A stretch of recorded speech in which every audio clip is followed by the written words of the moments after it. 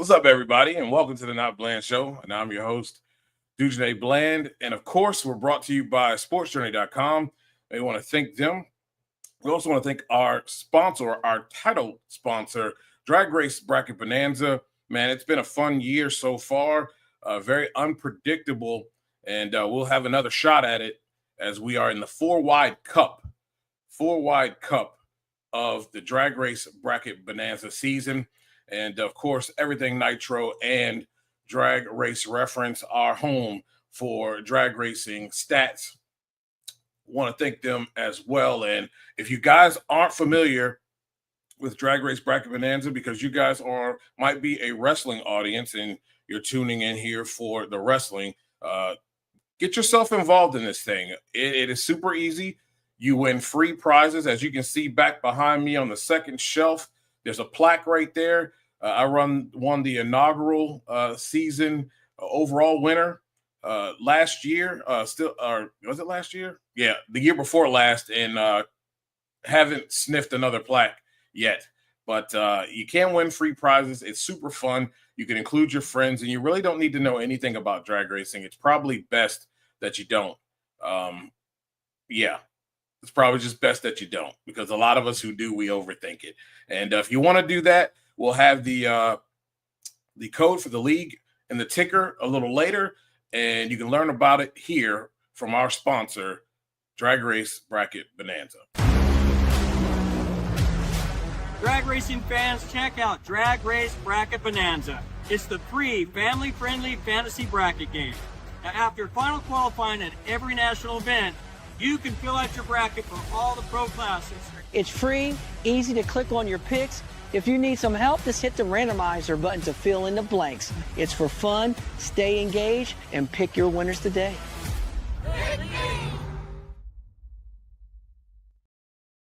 Really, it's that easy. Just get in, pick your winners, and you can have some fun. Getting some free prizes there. I want to thank everybody for commenting here. We got Memphis Lonnie in the building. We've got my cousin. He's here. I haven't seen you in a while in the comments. Great. Thanks for tuning in. Bell time. You got that right. And we're going to talk a lot of that with our guys from the True Radio Network, No Spots podcast. They do a good job of talking and breaking down all of the wrestling that we have going on here, whether it's AEW, whether it's New Japan, whether it's NXT, TNA. They handle it all, and they do a really good job of it for this whole thing we call wrestling. Hold on for a second. I gotta send out the link again. Let's see. Let's do this here. Live show stuff, guys. Live show stuff. Let's see. Let's do it this way. So we can do this here and do that there. And there you have it. So it was a really interesting WrestleMania. Let's just say that. I don't know how you guys felt. I felt like some of the matches and some of the stories really didn't have a whole lot of lead up. And I don't have a problem with that, because I understand, and me watching AEW, there's a lot of times where they're just matches that have been put together, really no storyline. So not a big deal there. I won't harp on that too much. We've got Sith in the building, and we'll have our guy, the DC's People Champ, here in a little bit as he just pops in. And we're going to get this thing started. So let's welcome our guest in. What's going on, fellas? How's it going? What's up? What's up? You guys. What's going on, fam? Here, let's see what we can do. Put you guys in the big box, or we can do it this way. There we go. WrestleMania 41 out of the way here. What's going on, Wale? I see you in the comments. Yes, sir. It was quite the package. A lot of stuff to look at here. And I want to start out with the first thing. And look, this whole story with Gunther and Us, it was deep. It got real deep right towards the end here, right before WrestleMania, which I felt like it needed. My concern is, though, and you guys are the perfect guys to ask this question. My concern is that I don't want to see this be another Kofi deal. Jay has done an excellent job of building him as main event. Jey Uso, he's kind of in the same spot where Cody was after finishing his story. Where do we go from here? What are your feelings on it? I'll start with you, Sith. Okay, so as Eugene just said, where do we go from here? Which I could take this into so many ways right now, because Jay is on the Raw brand right now. And when you look at the Raw roster and you get rid of Walter, get rid of Ludwig Kaiser, I think you have two guys that are going to vie for that number one contendership if they stay on the Raw brand post-draft, which allegedly is happening soon. That would be Rollins and Punk. But I don't want this to be a case of what we've seen with the world champions over the last year, where they're here every so often and on pay-per-view, but they're not showcased defending the title on screen. Yeah. It's giving me flashbacks to not as bad as when Brock had the title in the 2010s. And Big Hurt, shout out to him, good dude. Love him, he's a good dude. Always tried to convince me that the surprise factor, if Brock was going to be on the show or not, to work a match, was the hidden surprise of him being a part-time champion. The problem is that Jay's full-time. Yeah. He doesn't, I know cost expenses and whatnot, flying him out first class and, him doing media and whatnot. But we need to see Jay defend the title more than just maybe every month and a half, 2 months. So hopefully they can get like a tournament going on Raw to have a number one contender tournament and go from there. Champ? I agree with all the points that Seth made there. I think that, Gunther was very visible on TV. The World Heavyweight Championship as a whole has been very visible on TV since its inception about almost 2 years ago, when Seth first won it, and then Damian had it, and then Walter had it, and now Jay has it. It's been very, very visible, and I don't think that's going to change with Jay having it. What I don't want to see is what you mentioned, Dujane, and that is a Kofi situation where when it gets towards the end of the title reign, he loses it in under a minute. Yeah. If Jay's going to lose that championship, it needs to be in a competitive 15 to 20 minute match to someone who is definitely deserving of having that mantle and getting that ball and running with it. I don't want to see no part-timer come in and beat him just like that to get the title and it disappear for months on end, and then you're wondering why there's only one championship that's only defended really on the SmackDown brand. You created that championship to give the folks on Raw something to chase after besides the Intercontinental Championship, and so you want to be able to continue to showcase that championship and make it like the top workhorse championship. We all know the Intercontinental Championship is the real workhorse championship, but make that World Championship the other workhorse championship that makes you the top guy on Raw. Yeah, I believe so. I think it has to be that way. They got to get this thing elevated and get it up there with the undisputed, championship. Toya says, I favor Jay. However, the whole match was lackluster for me. Gunther tapping out that fast is easy. So I'm going to address that.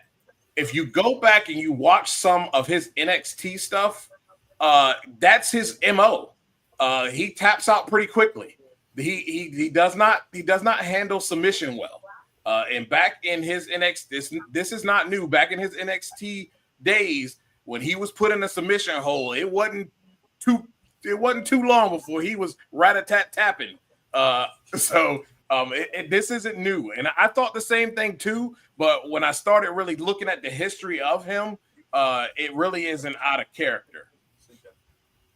Now, yeah, I being someone who watched NXT UK weekly, I knew what Walter's strengths and weaknesses were, and when he's put into, say, a Boston Crab or a Sleeper or the Figure Four, he taps out pretty quickly because he's not built that way. Even though he's thrown some really good muscle on the main roster, it still fit the character of Walter that's been there since Progress and even before then, where he's a very strong wrestler, but you get him away from, you get him into submission and not grappling, he's gassed, he's done.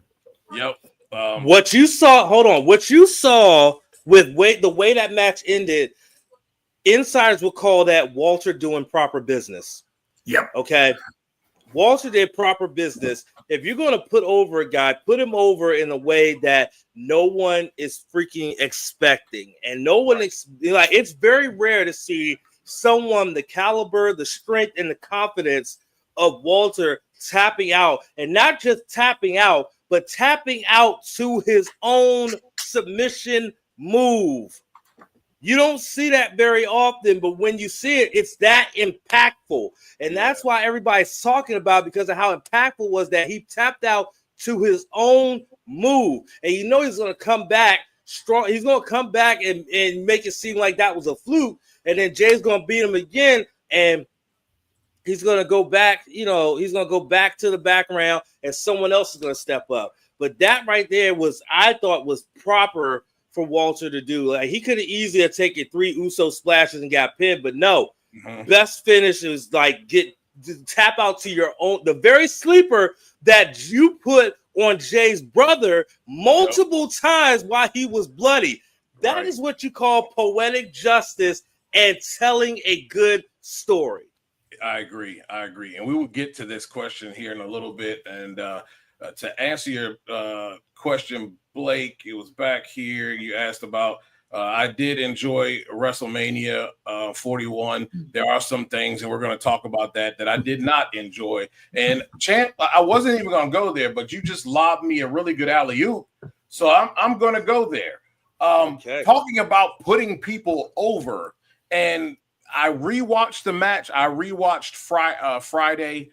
I thought there was something off during the match. On Saturday, I watched that match again with Charlotte and Tiffy. I thought that there was something off that night. And when I looked at it again, it appears that there is something off. It is Charlotte Flair. And as you stated, individuals wanting to put other folks over like Gunther did, she is not about that action. And once again, did not work well in the ring to help elevate Tiffy to be that, have that, mantra of she dominated one of the biggest and baddest in WWE women's division. And I don't like that one bit. Sith and Sage pointed it out during the live stream when we were watching this matchup. They did. That she was sandbagging Tiffany Stratton. Now, I'm not surprised, and here's why. Because the build to this, basically, and online reports confirm this, that basically Charlotte was trying to be like Randy Orton when he was younger, or Cena when he was younger. Basically, is trying to make Tiffy look bad because Tiffy's still the more newer superstar on the main roster. And so instead of trying to do proper business, she tried to make her look bad, but it ended up being an Uno reverse card, and she ended up making herself look bad. And the fact that they had a promo segment 3 weeks ago where they went almost completely off script, and Tiffy dropped the 0-3 line on Charlotte, and Charlotte had no reply for that except to tell a lie that Ludwig Kaiser's in her DMs when we know good and goddamn well Ludwig Kaiser ain't going anywhere near old flatback over there. You got that? Ain't happening. No See, way. He ain't go. He got a beautiful 20-something-year-old hottie on his arm. You really think he going after old long back? Nah, it ain't happening.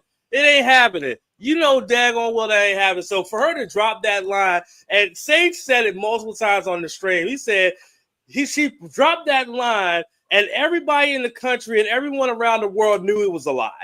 Got that right. That's one of those situations where you knew it was a freaking lie. And that's how you knew Charlotte trying to make the young lady look bad made herself look unprofessional and bad. And that's why I'm not surprised that when the match came about, she looked like she was sandbagging her. It looked like she got extra stiff with her. Mm-hmm. And a lot of people, it kind of compared to Charlotte's matchup with Nia Jax. Yes. How they just went out there and just got really stiff with each other. And it was just like, it looked ugly and it just looked wrong. And there are people who are actually praising this matchup. And I have to question their freaking sanity because I'm like, I don't know what match y'all were watching, but the match I saw looked like the same match she had with Nia Jax. And a lot of y'all hated that matchup. Yep. But yet y'all love this one. I don't understand. Wow. Go ahead, Sith. Tell us what you think about this thing. And as Dujanay and Champ could tell you all, I rewatched these shows the morning after because during the live reactions, I can't have my sounds on. So because of all what's up, Joe? Sorry. Because of copyrights and whatnot. So I rewatched. So yesterday morning, Sunday morning, I was rewatching night one. Sitting down watching it, had a good breakfast, got to that match, and you could tell Charlotte was not in the mood to do business at all. She found out she was going to lose. She was in a foul mood. She wanted to make Tiffany Stratton look like shit. And as Champ said, it was like a reverse draw force scenario in Uno where, boom, she got smacked. Yeah. I don't like none of it. The way Charlotte acted, I hate to use this reference. It wasn't as bad as Hulk Hogan coming out at the end of WrestleMania 9, but it was bad. And note to Charlotte, you are a tenured vet of over 10 years with this company. Straighten up. This is not your time to be chasing gold. Exactly. I agree. 100%. And, I liken it to what we saw with Toni Storm and Mariah in that match. Toni is at the top of her game, and that match was so darn good, really has elevated Mariah to, new heights in that division. Could likely, if Toni is not smart, could likely go and elevate her as Toni got Jade paid. She could very well get paid because of Toni Storm and the way she treated that match and how they put that match on and really put on a show. It's really embarrassing for a veteran of her stature to do something like this, because at the end of the day, everyone has to eventually put someone else over because your time is running out, and her time is not now. By the way, Mariah May's a very bad Among Us player. I got to play Among Us with her a few times during the pandemic. She's a bad Among Us player, and she hates playing with me because I'm so good at it. Because I'm a good liar. Oh man! But all jokes aside, Mariah and Toni Storm is a great example, especially because Mariah is still relatively new to the business. I don't think she's hit 5 years yet, and her time actually got stalled because she started, I think, right before the pandemic, and then the pandemic hit, and she was living in the UK, and they shut down independent wrestling in the UK for almost a year. So she had lost a year of her career because of the pandemic, and look how good she is, even with losing a year and still being relatively new to the business. Yeah, it is absolutely amazing what she's been able to do. Real quickly with this one, your boys, the New Day. New Day. They get a championship again. Do we see another dominant run from them? I really, really am loving this new heel version of the New Day. Sith, go. You go first. I hope and pray we do, because the way the tag team division has been put out where it comes to the tag team division of late hasn't been all that great. Look over on SmackDown, the tag team division there, it's been going back and forth. Raw, you've had a little bit more consistency, but with this heel turn of the New Day, I really think they need to have a strong run at the top of the tag team division on Raw and show that, yeah, this is why even as heels, you're going to want to end up rocking with these guys. Yeah, I agree. I love that they turned heel and they've been able to keep their heel heat relatively nuclear the entire time they've turned heel. If anything, they've maximized on it and have come out with this "we don't give a fuck" attitude, pardon my French.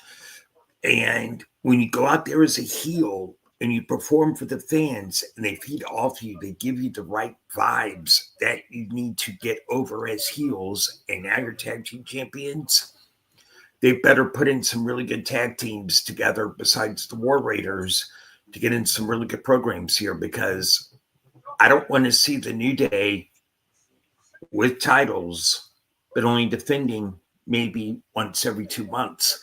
Yeah, I want to see them defend the titles on the regular so they can say, hey, we're working with this tag team division here to get our division over. Give it some shine.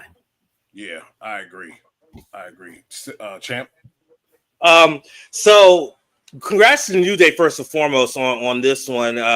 It's been a while. It's been a few years since they won tag team gold. So congratulations to them. But the internet is not really talking about that, as opposed to them talking about the fact that a 3-way TLC match should have been on WrestleMania, but it's been pushed to be on the SmackDown after WrestleMania, which I had to explain and play devil's advocate and say, well, here's why. You already have a pretty stacked 2 nights of WrestleMania, and you know that unlike in pay-per-views past where they'll put on 10, 12, 14 matches on one night, they tend to go under double digits in matches on a night, and then you have 2 nights, so you already have 14 matches over 2 nights. You're gonna add this matchup, and then Bama's gonna be mad because it was gonna be under 10 minutes. Yep. So why not give them the floor of SmackDown Live where they could get 15 to 20 minutes to go get their shit off and do what they gotta do for the tag titles. Now I get it. You want the Street Profits on WrestleMania, you want DIY on WrestleMania, you want the Motor City Machine Guns on WrestleMania. It would have been the Motor City Machine Guns' first WrestleMania appearance. I get that. I get it. But you have to think about the fact that they already had all these matches planned out, how they're going to pace them, everything like that. You throw in a TLC match in there, it's going to throw off the pacing, and somebody's match is going to get cut in terms of time, and then everybody's going to be mad talking about, why did this match get cut? I had this time cut. Why did this? So basically, it was a lose-lose situation for them to even remotely announce a TLC match for the WWE Tag Team titles, because if you put it on WrestleMania, someone's match time is getting cut, and then people are going to be mad. Exactly. You say you don't put it on WrestleMania, and everybody's mad. So either way, people were going to be mad about this one. I'm just glad that I'm happy that they're going to give them time on SmackDown. Let that be the main event. Start that match at like 10:30 p.m. or 10:35 p.m. Give them 25 minutes and let them go out there and just show the world how good these 3 tag teams can be and are. Yeah, I like that idea. And I didn't have a problem with it either. It's just one of those things, man. Sometimes something is not going to get made, to that particular WrestleMania, and that happened to be it. But I think it's in the right place and where it needs to be. These next few, we're going to go rapid fire with these. I'm going to start with Jade because I want to spend time on the 2 biggest matchups, the 2 main events of the night. Jade, look, for the first time, Jade Cargill looked like not only like she did in AEW, but I will even go a step further and say better. She was very fluid. It wasn't a spot fest. They let her wrestle, and I thought she did a very good job of that. I mean, I think we saw maybe 1 or 2 hiccups with her, but that's expected on the biggest stage, of her career so far. And I'm loving Naomi. What are your guys' thoughts on Jade's performance? And I'll go with the champ on this one. This was one of the best women's matches on the entire weekend of WrestleMania. I think we all know what women's match was actually the best. We'll get into that later. Mm-hmm. But this is definitely on par as one of the best women's matches of the weekend. Jade has clearly, in the time that she was away, she's definitely worked on her worked on her craft, worked on it a lot, and really, really applied it here. And Naomi was a great dance partner, being that Naomi's been in the game for a long time. Left WWE, went to TNA, did her thing, and then came back. This was a really, really well thought out, really well put together matchup. Had a great story to it, and it just played out so well. And I'm just really happy that it played out as well as it did, especially, Jade looking so good and looking so strong. Naomi was able to get some things in there as well. And just all in all, it was just a really, really well done matchup. And I'm going to be honest, this was a matchup that I was extremely worried about because of Jade's inexperience.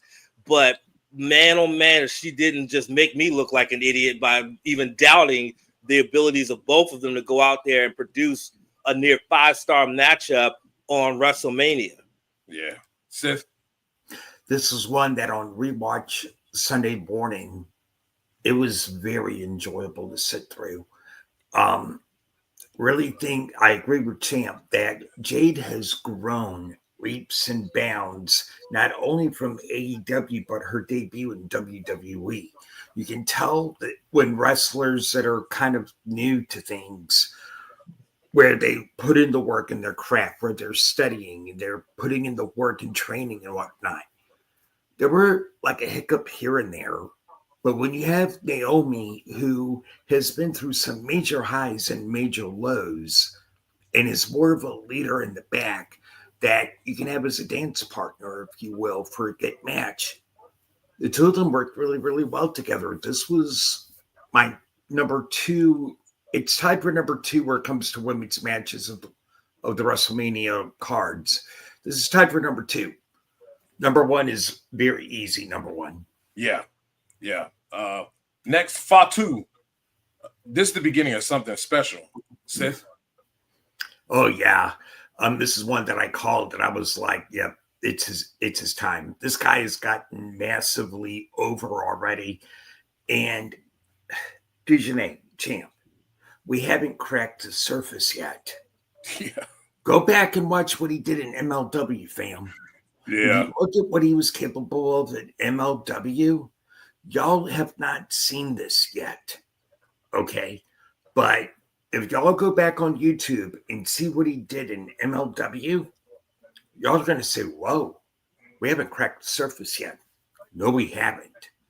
This was a really good match. Really happy for Jacob Fatu, and props on LA Knight. Yeah.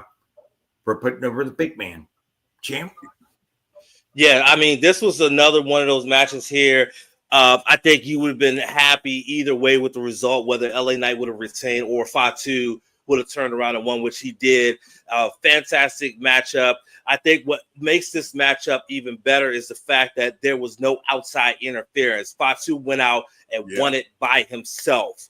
He wanted to do it by himself. He did it by himself, and he won it by himself. And I think that's what really stands out to me, is that he went out and did it by himself and did it in a convincing fashion. He didn't use any dirty tactics. He didn't use any. It wasn't a dirty finish. It was a clean finish and a good way for him to win. And then I even like the touch of Haku coming out from the crowd and congratulating Fatu since he's part of the family and everything. I thought that was absolutely amazing, and everything about this was just really great. So, congrats to Fatu. I'm looking forward to his U.S. title run.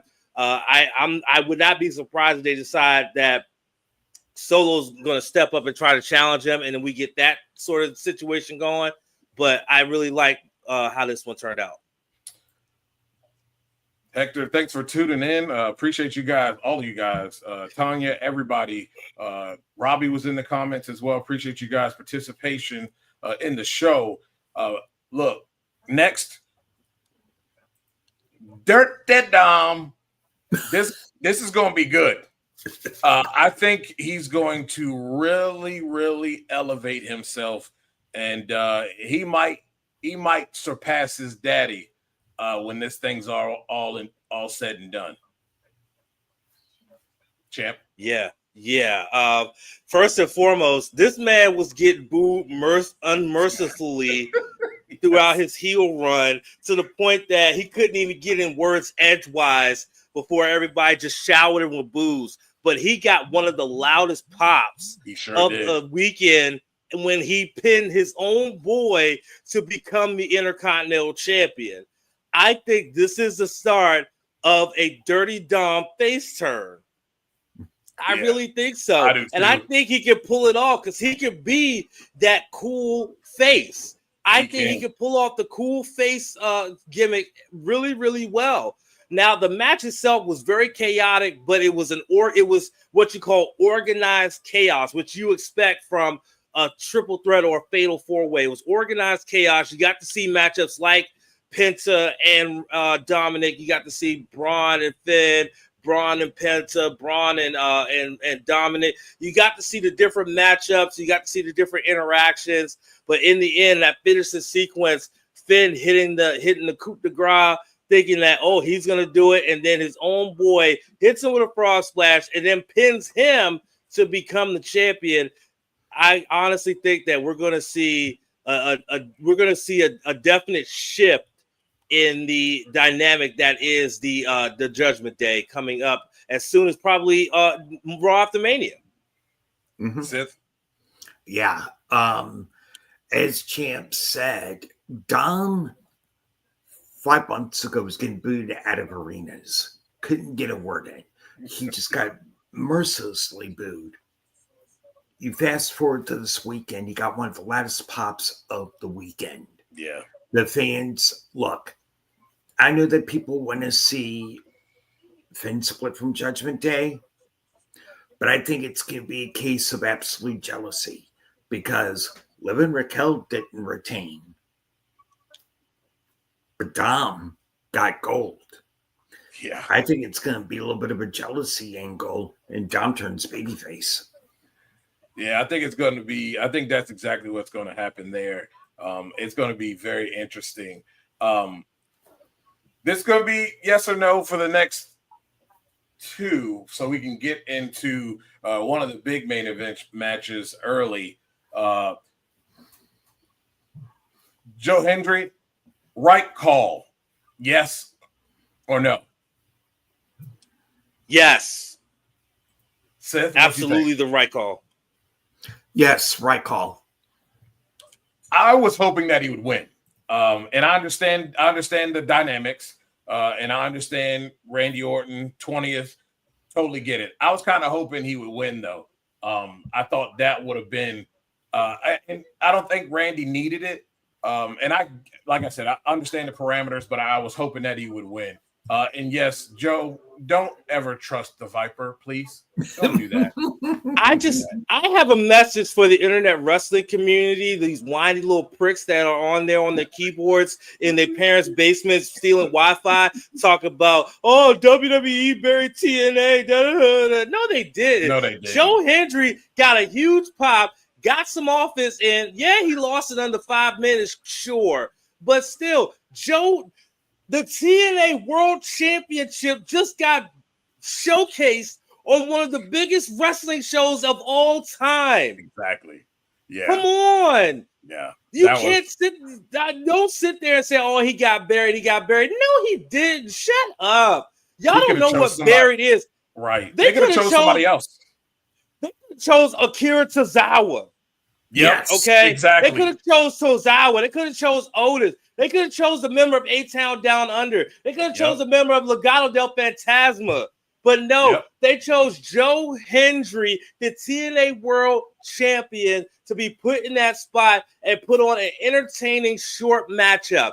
It was absolutely incredible of a matchup. The emotions of the crowd getting into it with Joe Hendry. Look, everybody knew who Joe Hendry was because as soon as he came out, they started singing his freaking song. People know who Joe Hendry is. And then you had the moment afterwards where he's showing him respect and it still RKO'd him. I thought that was absolutely amazing. And that's not going to do nothing to Joe Hendry except give him more exposure. That's the Viper. You don't trust the Viper. Exactly. This guy here really understands how not only to get himself over, but I think he adds a new element because he understands how to use social media. This guy was grabbing drones and using them like he was had a selfie stick. You can love him, you can hate him, but you have to agree this cat is the real deal, right? Sith? Yes, absolutely. And unlike a lot of celebrities that come and go out of WWE and other promotions, let's keep it a buck here. Logan Paul puts in the training. Logan Paul puts in the work. That's why you may not like his character. You may not like him. Fine. But guess what? He puts in the work. He's not going to be someone who just shows up for a cup of coffee, takes a couple of sloppy bumps, and gets a payday and leaves. Yep. He ain't built like that. Right. I have to agree. And yeah, those trunks were nice. Yeah, he puts in the work. Champ. I mean, we've talked about it so much about how Logan Paul, he's absolutely immersed himself in being a part of WWE. He even said it in his press conference. He said, I signed on to be a WWE superstar. Okay, he's not just coming into this thing half-assed and whatnot. And same thing was with Bad Bunny when he made his couple of appearances with WWE. He put himself fully into it to make sure that he would go out and put on a good show and put on a good product, you know. And you think about back in the day, we had a WrestleMania where a celebrity main evented the show. Lawrence Taylor versus Bam Bam Bigelow, WrestleMania 9. Yeah. What a train wreck that was. LT, who was supposed to be an athlete, remember, he was at the height of his career as a linebacker for the New York Giants. But that Bama was blown up within the first 90 seconds of that matchup, and that matchup went on for 10 minutes, at least. Yeah. That was 11, bro. And it was that in. That's why I'm glad that Logan Paul, as much as his persona will piss you off, his in-ring talent far outshines what he presents character-wise. And his character, he's playing the perfect character, the most unlikable douchebag that you could ever encounter in life. And he's playing that role perfectly. Yeah. And then he backs it up with phenomenal skill in the ring. Indeed. We're going to go agree or disagree with the Man and Valkyria winning the titles. Sith? Go ahead, Sith. Agreed. I rewatched it this morning and fully agree. Adds more dissension in within the Judgment Day. It gives Valkyria credence as a double champ. And you know Becky, she's a hard worker. She'll put anyone over. So they're going to have a really good run up the tag team division, probably with some other tag teams over in the process. Champ? I agree as well. I think that, Becky's been gone for almost a year damn near. What better way to make a big return than at WrestleMania and win a championship for someone who has looked at you as an idol, who was the reason that you came from the island of Ireland to become a WWE superstar and to have this kind of success. Laura Valkyria got drafted to Raw last April, and already within a year became the inaugural Intercontinental Champion, and now is a double champion, now holding tag gold with her idol. I think you can't write a better story than that. So I agree with this wholeheartedly. I feel bad for Bayley. I'm hoping that I hope that it was an actual injury and they just didn't write her off just to bring Becky back in, because that would suck for Bayley. But I think Bayley's been in the business long enough to know and knows how to do business. And if that was the case, she's probably like, I'll step aside because I'm sure y'all got something better for me. So, right. But I'm hoping that not wanting to hope that, but I'm hoping it was a legitimate injury. That way, it would be a reason for Bayley to have to step aside. You don't think they pulled the attacker angle and Becky is the attacker? That's what I was thinking the entire time I was watching that match. Yeah. I was thinking that shit the entire time I was watching that match, bro. I'm thinking, what if Becky's the one that attacked Bayley to get into this matchup and whatnot? I would not be surprised. Yeah. That would be wild, but so typical. So our first main event of the night, we had the Tribal Chief, Roman Reigns. We had the best in the world, CM Punk, who great idea to bring the band out. And Seth freaking Rollins. It was the balls shot heard around the world with first Paul Heyman taking out CM Punk's nutsack, and then we have him doing the Tribal Chief a favor as well, taking out his nutsack, and he was like,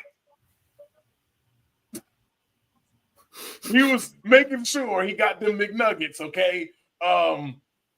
This was unexpected and likely the best men's match of the entire WrestleMania.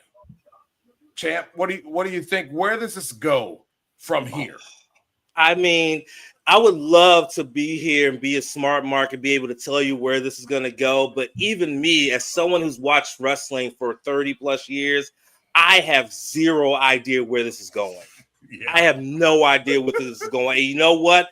I am so happy to be not in the know of where this is going, because I want to be surprised of the direction this goes. I want to enjoy the ride like everyone else and figure it out as it goes along, because I think a lot of people predicted that Paul was going to turn on someone. I don't think anybody foresaw him turning on both Punk and Roman to join Seth Rollins. I think a lot of people saw him joining Seth, but no one saw him turning on both Roman and CM Punk in the same matchup to give Rollins the win. Now, the question moving forward is now Seth Rollins going to be a heel, or is he going to be a face? Because people are still going to be singing his song. That's not going away unless he does and says some shit that really gets people to absolutely despise him. But I think that a lot of people agree with what he said in his promos, especially his promo on SmackDown prior to that match at WrestleMania. I honestly feel like he's going to be considered. Matter of fact, we even did a poll in our chat at the end of the live reactions for night one, and even Robbie G said it himself, like he's going to be looked at as a hero. Yeah, and that could be a possibility here. It could be this would not most likely not vilify Seth Rollins. If anything, it's going to really solidify his fan base. But this was definitely on par, up top there as match of the weekend for me. It was a triple threat, so they could do whatever they wanted to, and they did. It was a situation. It was CTE a few times with trash cans to the head and all this other stuff. It was a great matchup. The story told was great. Congrats to CM Punk finally getting his WrestleMania main event. Even though he lost, he still can say, I main event at WrestleMania. Yeah. I'm going to let you take this question here, Sith. Does Rollins really need Paul Heyman, though? He talks well enough on his own. I'll let you take that one. I have my thoughts on that as well. I don't think he needs Heyman. I think Heyman's along right now for the story. I think the next major Paul Heyman guy, someone who needs the guidance of a Paul Heyman, as well as the talk of a Paul Heyman, Braun Breaker. Agreed. Yeah. I think that's your next big one. I think right now, Heyman's with Seth because the storyline that's intact right now. We know Roman's off on his little sabbatical. He'll be back around time for SummerSlam, which is cool. Yeah. Because he's earned it on a part-time schedule. But with Punk, I could see him and Seth vying to go back and forth and do a number one contenders match where the winner takes on Cena. Yeah, that could be it too. Okay. I could see that too. So I could see that happening. But as far as what Champ said and Robbie on our poll and everything, this is gonna. I wouldn't mind having Punk as a little bit of a heel in this situation. Me too. Because Seth is so over as a face right now. You've put yourself into a bit of a position of what's he going to say that's going to piss, these people off that sing a song every week. Right. Not much. Not much. I think it's one of these things with Paul Heyman. I think it actually is kind of will do a little bit of what it did for Roman. Obviously, he doesn't need him, but I think this is Seth's time to kind of have that crescendo, kind of like where Roman, went after, Paul Heyman coming aboard. Joe says Paul can help Seth evolve from the visionary angle, much like he did with transitioning Reigns from the big dog angle. Yeah, I agree with that. That's my thought. I think it's perfect timing for Seth. I think Seth is right where Roman was at his point when Paul came on, and I think that's going to only elevate him and help this big push to where he can be a part of the big time being the champion and this leading up to taking it from a guy like Cena. And mentioning Cena, this match did not deliver, in my opinion. I thought that you could tell that John had been out of the ring for a little bit in certain instances. I felt like Cody, being the pro, should have kind of help a brother out and kind of covered that a little bit. He has the ability to do that. That didn't happen. My biggest problem with this match is that man, The Rock. You come to Elimination Chamber and you put all this stuff before then about Cody and his soul and blah, blah, blah. He doesn't take it. We have this big heel turn because you said if he doesn't take it, his career is all of what he has is going away. Now, it would have been the prime time, since we didn't see you since Elimination Chamber, is for you to come out right then and make sure that you execute what you said you were going to do and ruin his reign as the champion and his elevated stance within the company, and then Cena winning. This whole thing right here with a skinny Travis Scott, come on, bro. He has nothing to do with this. And that 12-minute walk to the daggone ring was a joke. Like, they missed on this one. And I don't care what John has to say tonight. It's going to be good, but that's not the point. The point is we set it up already at Elimination Chamber. And then we come in here at WrestleMania, you either end stories or you begin them. And we didn't do either here. All we did was watch John Cena get the good old Brett Favre slide into Michael Strahan and get the sack for the record. That's all we saw here. And I don't like it. It was anticlimactic for John to get the 17. And to be honest with you, I think it's a big fat asterisk. And you, sir, the great one, the final boss, the so-called people's champ, when you weren't here for the people, your fault. The reason why this failed, because you didn't show up. I don't like that. Champ, your thoughts? Dujane, I want to break something. I want to explain something to you. Your exact reaction right now, the way you just ranted right here, right now, is exactly what they wanted from you. If you paid it, if you paid attention to any of John Cena's promos in the run up to WrestleMania while they were over there in Europe, this is exactly what they expected from you and the rest of the IWC. Because Cena said it many a times. You always want. Well, guess what? You get nothing. That's why you had a black screen with just his name on the entrance. That's why you had him in a black shirt. That's why you had him walk his happy ass down that long ass ramp to the ring and not run. That's why you got a lackluster wrestling match, because the fans wanted a 5-star match. He wasn't going to give them a 5-star match. You want, you get nothing. And guess what? Everybody being mad about the match being so ass, that's exactly what they wanted the reaction to be. That's what they wanted. Y'all. That's why this is so good, because that's what Cena said was going to happen. You want, you get nothing. And guess what? We all got nothing, and we're forced to like it because he told us it was going to happen. He said he's going to ruin wrestling. What better way to ruin wrestling than to have a shitty main event at WrestleMania? Come on. He's been saying this for weeks, and everybody's still mad. That's why this is brilliant.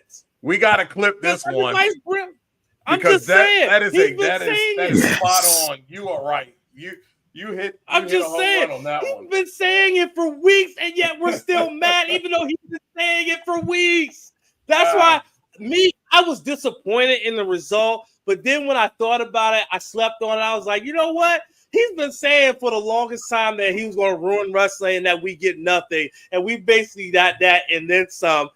I can't even be mad because he did what he said he was going to do. I guess it's one of those things. Got him. He got me. Sith, yeah, man.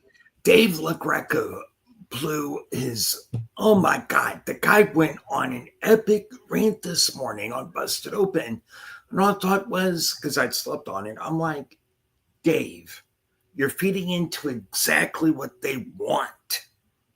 You're being a Cody crybaby, just like what The Rock and them want you to be. Why? Because you didn't get your way and you didn't pay attention to what John had been saying for weeks on end. I'm going to ruin.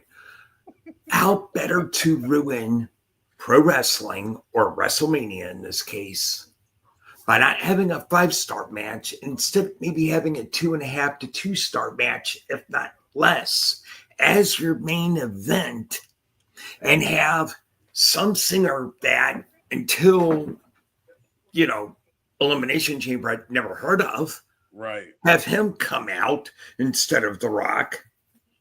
Yes, it's anticlimactic. Yes, I know people are pissed off, but I look at it like this. If you'd paid attention, John said he was going to ruin wrestling. I wouldn't be surprised tonight if he comes out with a spinner belt and said, no, this is the real title right here. You don't deserve the other title. I was thinking that too. He said on the Pat McAfee show that he was taking it with him and he was going to leave wrestling to figure it out. I wanted The Rock to have a hand in it, not what's his name? I can't remember the singer's name. And again, once again, that's exactly the fans wanted The Rock there. Cena's not going to give you The Rock. He's not going to give you The Rock. And guess what? I know. And guess what, y'all? You want The Rock tonight, right? He ain't getting them then either. No. He's out in Hawaii. You're out shooting a movie. Yep. Yeah, he's not. Okay. He's not doing that. So bear this in mind. If you want The Rock tonight, don't count on it, because that's what you want. Cena, in order to play this hero correctly, he's got to do the exact opposite of what you want. Yeah, I agree with that. That's spot on, champ. I was thinking, I saw Pat McAfee's show today, and he made it clear. He didn't give up anything, but he made it clear that he wanted to leave with the current belt and leave WWE to figure it out as to what new belt they were going to introduce, but that one was no longer going to be available to them. He was taking it home when he retires. Paul Heyman was cooking on the Pat McAfee show. I'm looking forward to what he has to say tonight. He was cooking big time on the Pat McAfee show. And Tanya, wouldn't that be something if they were somehow in cahoots? It would be crazy. What I do think is going to happen, and I hope that it happens, is that when Cody returns, we need the real American Nightmare to show up. The reason why he got that tattoo on his neck, American Nightmare, to show up. And he should want to show up. We need Bullet Club Cody Rhodes. That's what we need. Mm-hmm. We need Bullet Club Cody Rhodes. That would be dope. By the way, when you said that Heyman was cooking on Pat McAfee show, Sis sent me a screenshot that was funny as hell. Michael Cole said to him, I want to know how much Seth Rollins paid you to pull off this thing that happened on Saturday night. Paul Heyman's response, about $1 less than Vince McMahon used to pay you to be JR's lackey. Yep. Smoke me. Smoke me. My man got cooked. He got cooked. It was great. It's gonna be great tonight. Paul is gonna be on one. He's different. He is a lot different than he was with his tribal chief. You can tell from the Pat McAfee show. It's gonna be a fun night here on Raw. Your overall grades, guys. What's your overall grades for this WrestleMania? I'll start with you, Sith. This is preliminary. My final grade will be in 13 days in our season premiere of No Spots. Gotcha. But right now I'm anchoring towards a B- because it had more hits than misses, which is a good thing. But the problem is that some of the matches could have been a lot better. The Charlotte Tiffany match, which was completely botched, that should have been earlier in the night. Mm-hmm. But the other side of the coin is you have two triple threat matches, one that closed out night one, the other had opened up night two, that were absolute fire. Amazing. You know, those women put on a show. It could go up to a B, but right now the steady grade's a B-. Yeah, Darrell from the Legacy Makers, he has his own podcast over there. They do good stuff talking wrestling as well. He says B- as well earlier in the show. Champ, what's your grade? Early grade. I'm my early grade is a B. I'm a little bit more kinder on this because the matches that hit, they hit. Like Io, Bianca, and Rhea. Let me tell you something. Them three women went out there and set the pace for night two like you would not believe. Okay, yeah, they set that bar way too high. They set it way high. So you got to think about it. Night one, you started off with Jay finally showing why he's known as main event Jay Uso. Yeah, you had the down moment of your semi-main event being a slog of a women's title match between Tiffany and Charlotte, but then you brought it right back up with an epic triple threat with one of the most craziest endings of a WrestleMania main event that you could think of. I mean, the only other WrestleMania main event that I could think of that was even crazier was Seth Rollins cashing in San Francisco years back in 2015. That was as crazy as it get. Yeah. So when you combine that, and then, like I said, a lot of the matches, like Sis said, had their hits and their misses, but a lot of the ones that hit, they hit. That's why I'm leaning towards a B right now. That could change by the time we get to No Spots and the season premiere in a couple weeks' time. But right now, they did enough. Some of those matches did enough to keep it in that range of a B. It was a really solid, really good show. And I'm excited to see what's to come moving forward because WrestleMania is usually a reset, and you saw a lot of titles change hands, so you know that it's a big reset, and they're really going to be going balls to the wall because of the fact they got another PLE coming up with a Backlash. Yeah. Tanya says C++. I would have gone with the C++. Now that I've been chastised and corrected by Champ as regards to the Cena match. I am going to say a B as well. When you think about that in that context, how he came out, which was stellar, how he left the ring was stellar, how he was in the ring the whole time with the chess cat grin every now and then. It all makes sense when you look at it from that standpoint.